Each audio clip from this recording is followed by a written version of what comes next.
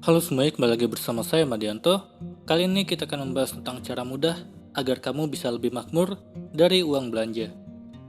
Dalam berbelanja, entah itu kebutuhan atau memenuhi gaya hidup, seringkali itu membuat kita boros untuk mengeluarkan uang lebih banyak. Padahal niat kita dari awal adalah bagaimana uang yang didapat bisa digunakan untuk hal yang lebih bermanfaat, alias berusaha untuk tidak boros.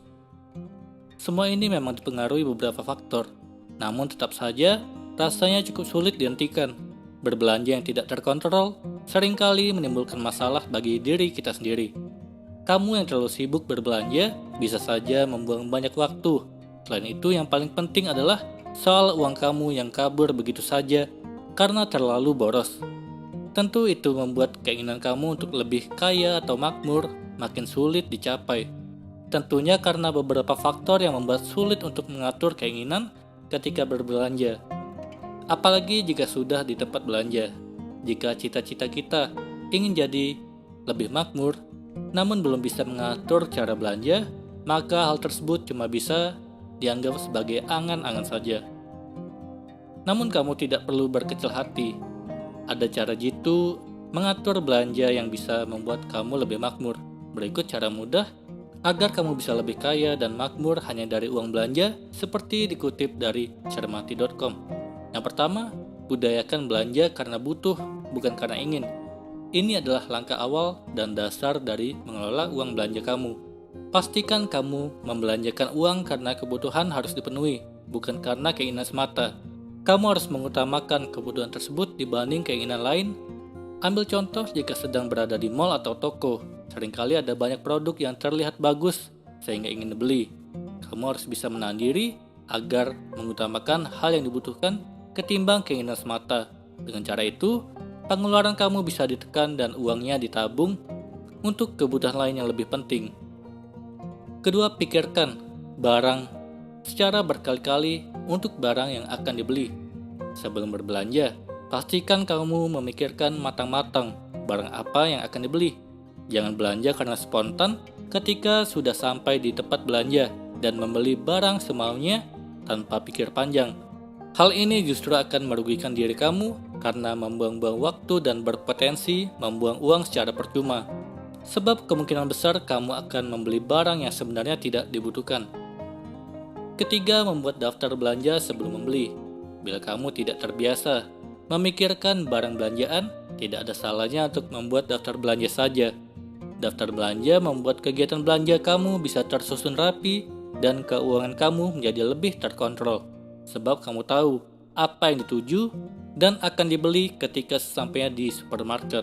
Hal ini tentu bisa menolong kamu agar dapat membatasi keinginan belanja yang tak terkontrol dan menghindari hidup boros. Keempat, siapkan uang belanja secukupnya. Selain menyiapkan daftar belanja, penting juga untuk membawa uang secukupnya untuk berbelanja. Hal ini penting agar keinginan belanja kamu bisa direm dengan tepat dan menghindari hidup boros. Selain itu, kebiasaan ini bisa membuat kamu hidup hemat dan uang yang masih ada bisa ditabung dan digunakan untuk hal yang lebih penting lainnya. Cara tadi bisa dilakukan ketika kamu menyiapkan uang tunai sebelum berangkat berbelanja. Kelima, jangan terlalu lama berada di tempat perbelanjaan. Kamu harus bisa menahan diri untuk tidak berbelanja terlalu lama karena ingin membeli barang yang tidak penting. Terlalu lama di toko atau tempat belanja selain membuang waktu juga akan menghabiskan tenaga dan uang kamu. Membatasi waktu belanja termasuk dalam hidup hemat agar uang tetap terkontrol sehingga kamu bisa memiliki uang lebih. Bagaimanapun juga, semakin lama di pusat perbelanjaan, semakin besar pula keinginan untuk membeli suatu barang yang tak dibutuhkan. Keenam, jangan sepelekan diskon dan promo. Dalam menghabiskan waktu berbelanja, tidak salah jika kamu memanfaatkan diskon yang sedang ramai digelar oleh tempat belanja. Dengan diskon, tentu pengeluaran kamu bisa dikurangi sehingga bisa hemat. Ketujuh, tak perlu makan di tempat belanja. Seringkali kalau kita pergi ke mall atau tempat belanja, setelah seharian belanja, selalu disambung dengan makan di restoran atau tempat makan lain. Tentu hal ini bisa membuat boros karena terlalu banyak jajan di luar yang tidak penting. Sebaiknya kamu bisa coba untuk makan dari rumah sebelum berbelanja. Sehingga ketika berbelanja, kamu tidak merasa lapar dan tak perlu mampir untuk belanja makan di restoran atau lainnya, sehingga bisa lebih irit. Sedikit demi sedikit, lama-lama menjadi bukit. Butuh upaya keras untuk berkomitmen, tidak hidup boros agar bisa menghemat uang saat belanja. Memang rasanya terkadang tidak sabar jika harus menahan diri ketika melihat barang atau makanan yang ingin dibeli saat pergi ke supermarket atau mall. Tetap saja, menghemat adalah cara terbaik untuk mewujudkan keinginan agar bisa menjadi lebih bahagia dan lebih makmur. Memang tak bisa secara instan, tapi jangan lupa ada pepatah sedikit demi sedikit, lama-lama akan menjadi bukit. Kumpulkan uang dari belanja yang kamu hemat dan wujudkan keinginan kamu untuk bisa lebih makmur. Kali ini kita akan membahas tentang pengingat untukmu yang mulai terbuai dengan kebiasaan boros. Perilaku boros memang menjadi kebiasaan yang dianggap wajar kalau melihat lingkungan sekitar.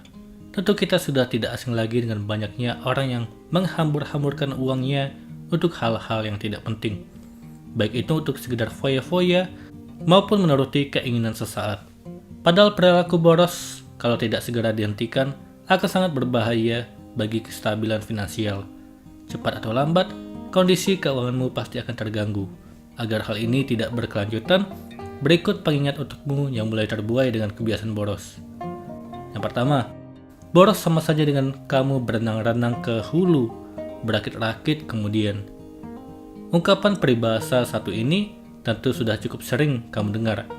Siapa yang tidak tahu dengan nasihat berakit-rakit ke hulu, berenang-renang ke tepian, bersakit-sakit dahulu, bersenang-senang kemudian.